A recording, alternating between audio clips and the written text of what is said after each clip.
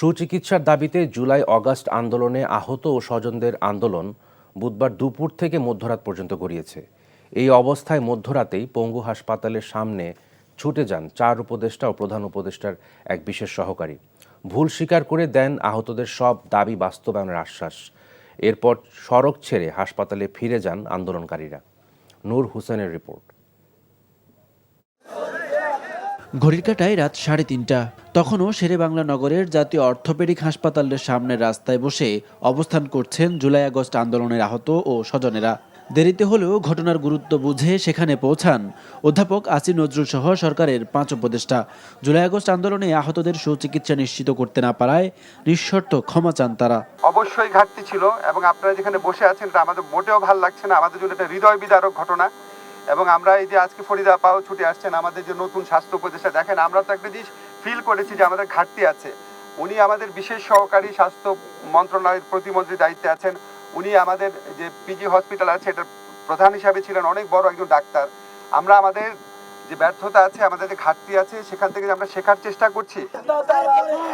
আগামী ডিসেম্বরের মধ্যে আহতদের উন্নত চিকিৎসা ও পুনর্বাসন সহ সব দাবি বাস্তবায়নের আশ্বাস দেন উপদেষ্টারা। এছাড়া বৃহস্পতিবার সচিবালয়ে আহতদের সঙ্গে চিকিৎসা ও পুনর্বাসন পরিকল্পনা নিয়ে বিস্তারিত আলোচনার আশ্বাস দেওয়া হয়। আপনাদের কথা আমরা শুনবো, কিন্তু আমরা মনে করি এখন এই কথাটা শোনার জন্য উপযুক্ত সময় নয়। আপনারা যদি রাজি থাকেন, আগামীকালকে 2টা থেকে যতক্ষণ সময় লাগে আমরা আপনাদের কথা শুনবো। 5 উপদেষ্টার আশ্বাসে 16 ঘন্টা পর হাসপাতালে ফিরে যান আন্দোলনকারীরা। এর আগে সুচিকিৎসা, পুনর্বাসন সহ নানা দাবিতে রাজধানীর জাতীয় অর্থোপেডিক হাসপাতালের সামনে বুধবার দুপুর থেকে অবস্থান নেয় জুলাই আন্দোলনে আহতদের কয়েকজন।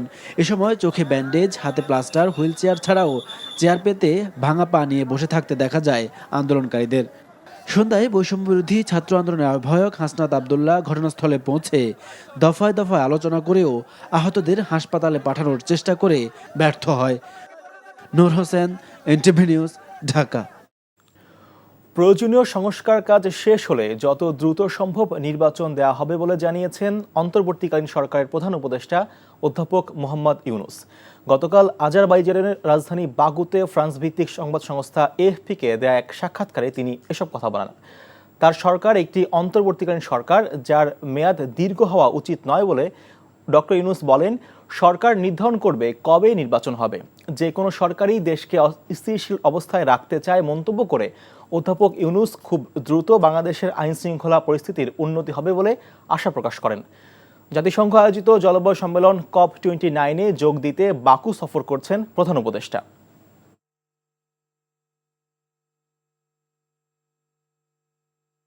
That's a promise that we made, that as soon as we are ready, we'll have the elections so the elected people can take over, run the country.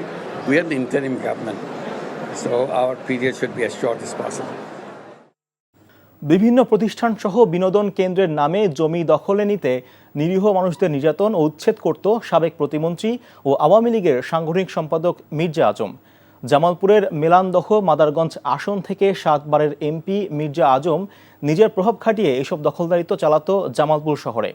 তার এসব অপকর্মের দোসর ছিল নিজ দলেরই প্রভাবশালী কয়েকজন নেতা। মির্জা আজমের সব দুর্নীতি অনুসন্ধানে দুর্নীতি দমন কমিশন কাজ শুরু করেছে। জামালপুর প্রতিনিধি আসমাউল আসিফের পাঠানো রিপোর্ট। 7 বারের সংসদ সদস্য, সাবেক প্রতিমন্ত্রী ও আওয়ামী লীগের সাংগঠনিক সম্পাদক মির্জা আজম পেশিশক্তি, দলীয় প্রভাব ও নিজের ক্ষমতার অপব্যবহার করে হয়েছেন অঢেল সম্পদের মালিক। বিভিন্ন প্রতিষ্ঠান, বিনোদন কেন্দ্র আর স্ত্রীর নামে করেছেন জমি দখল। জামালপুর শহরের ফৌজদারি এলাকায় একটি বেসরকারি বিশ্ববিদ্যালয়ের ক্যাম্পাস স্থাপনের জন্য ব্রহ্মপুত্র নদের জমিও দখল করেন মির্জা আজম। পরে পৌরসভার অর্থায়নে দখলকৃত জমিতে পৌর পার্কের নামে 8 কোটি 31 লাখ টাকার ব্যয়ে 1450 মিটার সীমানা প্রাচীর নির্মাণ করা হয়। চাষের জমি সব বেদখল দিয়ে চতুর্পাশের বাউন্ডারি করে ফেলছিল। আমার বাড়ির উত্তর পাশে 90 শতাংশ জমিন, দক্ষিণ পাশে হইলো আমার 3 একর জমিন আমার বাড়ির দাগে। এই বাড়ি ঘর খুনে আমার ভাঙ্গে অন্তরস করে দিছে। এদিকে শহরের দেউরপাড় এলাকায় কৃষকের জমি দখল করে মির্জা আজম তার স্ত্রী আলেয়ার নামে গড়ে তোলেন একটি বাগান বাড়ি। এই বাগান বাড়ির অদূরে পলাশগড় এলাকায় দলের নেতাদের জন্য গড়ে তোলেন জামালপুর রিক্রিয়েশন ক্লাব। দলীয় এই বিনোদন ক্লাবে জেলা পরিষদ ও পৌরসভার অর্থায়নে নির্মাণ করা হয় বিভিন্ন কাঠামো। আমি যে জায়গাতে দাঁড়িয়ে আছি সে জায়গাটা আমাদের, 16 বছর আগে বাবুল কমিশন এই জায়গাটা জোর করে দখল করে মির্জা আজমের দিছে এবং মির্জা আজম আলিয়া গার্ডেন করছে। পরবর্তীতে আমরা মির্জা আজমের সাথে যোগাযোগ করলে সে বলছে যে আমি বাবুল কমিশন আমার জায়গা বুঝিয়ে দিছে। বাবুল কমিশনের কাছে গেলে তোমরা বাবুল কমিশনের কাছে বাবুল কমিশনের কাছে গেলে যে বিভিন্নভাবে হয়রানি, তারা আমাদেরকে বিভিন্নভাবে টর্চারিং করছে। আমাকে 4-5 বার পুলিশদের ধরে নিয়ে গেছে। মির্জা আজম এখানে আসার পর আমাদের এই জমিটা কথাবার্তা বলে না যে অন্য কোনো জায়গাত আমরা ক্রয় করে দিব। জমিটা নেওয়ার পরে সে অনেক কাজ কাম করছে, পুকুর করছে, আজও পর্যন্ত আমাদের এই জমি কোথাও ক্রয় করে দেয়নি, আমরাও তার লেখা দেয়নি। এছাড়াও শহরের বকুলতলায় অর্পিত সম্পত্তি দখল করে মির্জা আজম প্রতিষ্ঠা করেন জেলা আওয়ামী লীগের বিশাল দলীয় কার্যালয়। অভিযোগ রয়েছে মির্জা আজমের এসব অপকর্মের সাথে জেলা আওয়ামী লীগের সহসভাপতি ফারুক আহমেদ চৌধুরী, সোহরাব হোসেন বাবুল ও পৌর মেয়র সানোয়ার হোসেন জড়িত ছিলেন। শুধু দুদক না, অন্যান্য গোয়েন্দা সংস্থাগুলো যদি অনুসন্ধান করে শত শত একর, শত শত সম্পদের আমরা সন্ধান পাবো এবং সেগুলো রাষ্ট্রীয় নিয়ন্ত্রণে নিয়ে আসা, তাদেরকে প্রচলিত আইনের আওতায়, দুদকের যে আইন আছে আইনের আওতায় দৃষ্টান্তমূলক শাস্তি নিশ্চিত করতে হবে।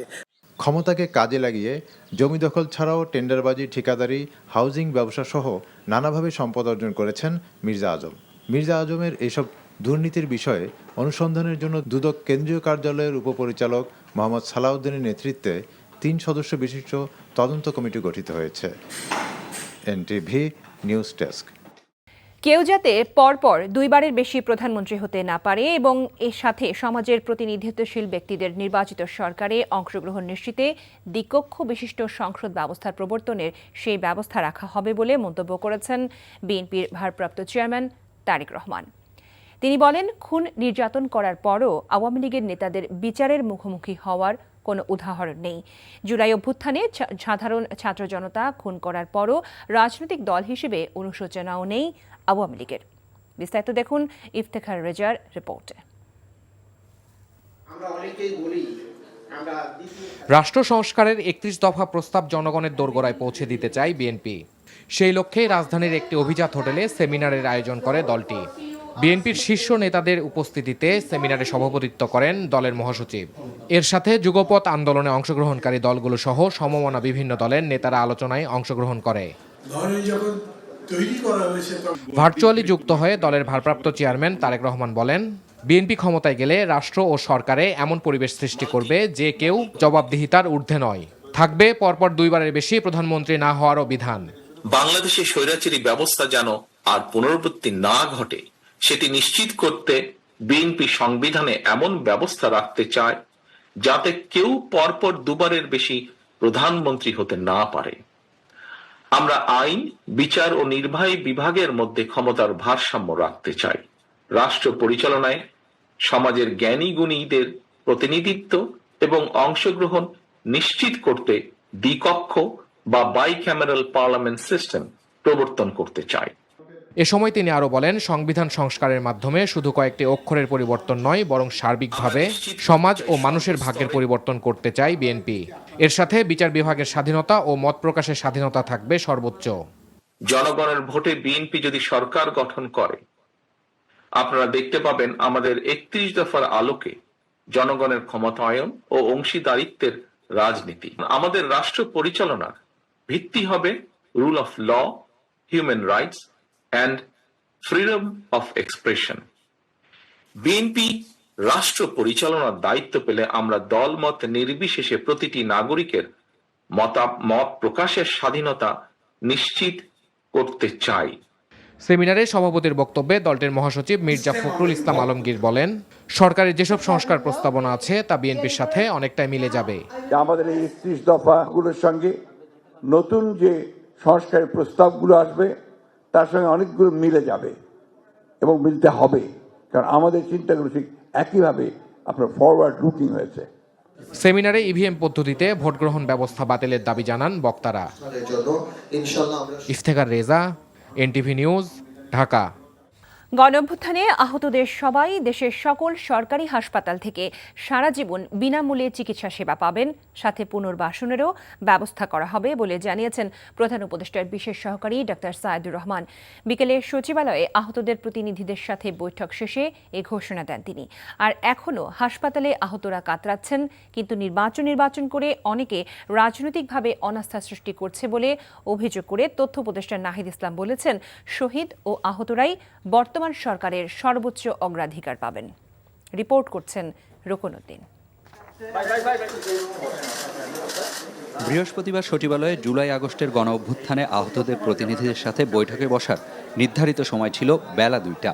ঘণ্টাখানেক পরও বৈঠক শুরু না হলেও বৈঠকের ডাকা না ডাকা নিয়ে আহতদের মধ্যে শুরু হয় কথা কাটাকাটি।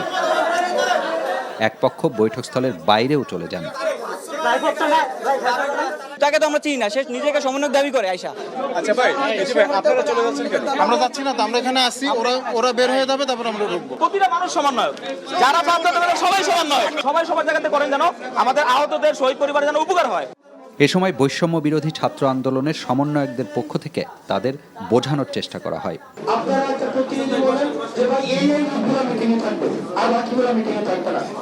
এমন পরিস্থিতির মধ্যেই বেলা 4:30টায় শুরু হয় বৈঠক। এ সময় চিকিৎসায় গুরুত্ব কম দেয়া হচ্ছে ও খোঁজ নেওয়া হচ্ছে না বলে অভিযোগ করেন আহতদের অনেকে। প্রায় 1.5 ঘন্টা আলোচনার পর বেশ কিছু সিদ্ধান্ত নেওয়া হয়। এতদিন ব্যক্তিগতভাবে যত খরচ হয়েছে তার তথ্য দিলে আহতদের ফেরত দেওয়া হবে বলে জানানো হয়। এছাড়া আহতদের সবাইকে একটি ইউনিক আইডি কার্ড দেবার পাশাপাশি অভিযোগ জানাতে 17ই নভেম্বরের মধ্যে তথ্য কেন্দ্র চালু করা হবে বলেও জানান ডক্টর সায়েদুর রহমান। চিকিৎসার ক্ষেত্রে উনি দেশের সকল সরকারি প্রতিষ্ঠান থেকে সারা জীবন বিনামূল্যে চিকিৎসা পাবেন। আগামী ডিসেম্বরের মধ্যে এগুলো দৃশ্যমান হবে, সবগুলো যেগুলো স্বল্পমেয়াদী সেগুলো দ্রুত দৃশ্যমান হবে, যেগুলো দীর্ঘমেয়াদী হয়তো দীর্ঘ সময় যাবত চলবে। এই বিষয়ে যে কোনো গাফিলতিকে একেবারে কোনোভাবেই সহ্য করা হবে না। আপনাদের চিকিৎসা সেবা, আপনাদের সেবা প্রাপ্তি, আপনাদের অর্থ লাভ সকল ক্ষেত্রে যে কোনো ধরনের গাফিলতির অভিযোগকে সর্বোচ্চ গুরুত্ব দিয়ে রাষ্ট্র বিবেচনা করবে এবং এটার সঙ্গে অভিযুক্ত ব্যক্তিদের সর্বোচ্চ শাস্তির বন্দোবস্ত করবে। বুধবার পঙ্গু হাসপাতালে ঘটে যাওয়া বিশেষ পরিস্থিতির কারণে সচিবালয়ে বৈঠকে বসতে হলেও অভ্যুত্থানে শহীদ ও আহতরা অন্তর্বর্তী সরকারের কাছে সর্বোচ্চ অগ্রাধিকার বলে জানান তথ্য ও সম্প্রচার উপদেষ্টা। যখন নির্বাচন বলে বারবার রাজনৈতিক আলাপ আনা হয়, এটা সকলের ভিতরে এক ধরনের অনাস্থা তৈরি করতেছে যে আমাদের এখনো আহতরা বেডে পড়ে আছে, এখনো শহীদ পরিবাররা হচ্ছে তাদের আজকে পর্যন্ত শহীদ হচ্ছে। তো এরকম সময় যখন আমাদের পুরো জাতীয় পরিসরে আলাপ আলোচনা থাকা উচিত ছিল এই শহীদ পরিবার, এই আহতদের নিয়ে, সেই জায়গায় দেখা যাচ্ছে যে শুধু সরকারের উপর সবাই দায় চাপিয়ে বাকিরা নির্বাচন অমুক তমুক অনেক কিছু বলার চেষ্টা করছে। তাই আমরা সকলের কাছে আহ্বান জানাবো যে আমরা যাতে পুরা ন্যাশনাল ফোকাস আমরা এই মানুষগুলোর প্রতি দেই। এ সময় 5 কর্মদিবসের মধ্যে বৈঠকে হওয়া সব সিদ্ধান্ত বাস্তবায়নের রূপরেখা লিখিতভাবে দেয়া হবে বলেও ঘোষণা দেয়া হয়। রুকনউদ্দিন, এনটিভি নিউজ, ঢাকা। আইন করে কুইক রেন্টাল দায়মুক্তি দেয়া এবং ক্রয় সংক্রান্ত বিষয়ে মন্ত্রীকে একক ক্ষমতা দিয়েছিল সংবিধান পরিপন্থী বলে রায় দিয়েছে হাইকোর্ট। সকালে বিচারপতি ফারাহ মাহবুব ও দেবাশিস রায় চৌধুরীর হাইকোর্ট বেঞ্চ এ রায় দেন। এ সময় সারা দেশে বন্ধ বিদ্যুৎ কেন্দ্র সহ সকল বিদ্যুৎ কেন্দ্র পূর্ণরূপে চালু করতে সরকারকে নির্দেশ দেওয়া হয়। তামজিদ সুমনের রিপোর্ট। কুইক রেন্টাল নিয়ে প্রশ্ন বহুদিনের। কারো মতে এটা কিছু মানুষকে লাভবান করার জন্য, আবার কেউ বলেছেন লুটপাটের প্রকল্প এই কুইক রেন্টাল। সিপিডির গবেষণায় উঠে এসেছে গত 15 বছরে এই বিদ্যুৎ কেন্দ্রগুলোতে 9/6 হয়েছে 1 লক্ষ কোটি টাকারও বেশি। অথচ এ নিয়ে কোনো প্রশ্ন তোলা যাবে না এমন আইন করে আওয়ামী লীগ সরকার। 5ই আগস্ট শেখ হাসিনা পালিয়ে যাওয়ার পর কুইক রেন্টালের দায় মুক্তির বৈধতা চ্যালেঞ্জ করে রিট করা হয়। বৃহস্পতিবার দেয়া রায়ে হাইকোর্ট বলেন, দায় মুক্তি দেয়া এবং ক্রয় সংক্রান্ত বিষয়ে মন্ত্রীকে একক ক্ষমতা দেওয়াটা ছিল সংবিধান পরিপন্থী। যে বিদ্যুৎ কেন্দ্রের চুক্তি হচ্ছে, এই চুক্তির ব্যাপারে কোনো আদালতে প্রশ্ন করা যাবে না, মামলা তোলা যাবে না, চ্যালেঞ্জ করা যাবে না। অর্থাৎ আদালতের এখতিয়ারকে এই আইন বহিষ্কার করেছিল। এটা তো হতে পারে না। আদালতের এখতিয়ার, আদালতে আপনি যেতে পারবেন না, এটা কোনো এই ইনডেমনিটি কোনো আইন করে দিতে পারে না।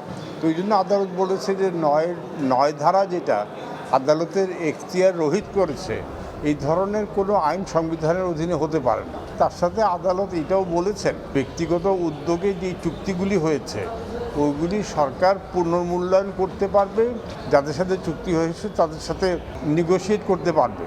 শাহদিন মালিক বলেন, লুটপাটকে বৈধতা দিতেই এই আইনটি করেছিল আওয়ামী লীগ সরকার। অসীম ক্ষমতা এক ব্যক্তিকে দেওয়া হয়েছে, এইটা একটা প্রজাতন্ত্রে হতে পারে না। 100 মেগাওয়াটের বিদ্যুৎ কেন্দ্র সে 20 মেগাওয়াট সাপ্লাই দিচ্ছে, কিন্তু 100 মেগাওয়াটেরই টাকা পাবে। অর্থাৎ এইটা আসলে এটা লুটপাটের বিশেষ বিধান আইন হয়ে গেছে। তো ওই জন্যই আদালত এই 6(2)কে অসাংবিধানিক ঘোষণা করেছেন। অভিযোগ আছে সারা বছর বসিয়ে রেখে ক্যাপাসিটি চার্জের মাধ্যমে প্রতি বছর হাজার হাজার কোটি টাকা দেয়া হতো কুইক রেন্টাল বিদ্যুৎ কেন্দ্রগুলোকে, যার অধিকাংশই বিদেশে পাচার করা হতো। Tamjid Suman, NTV news, Dhaka.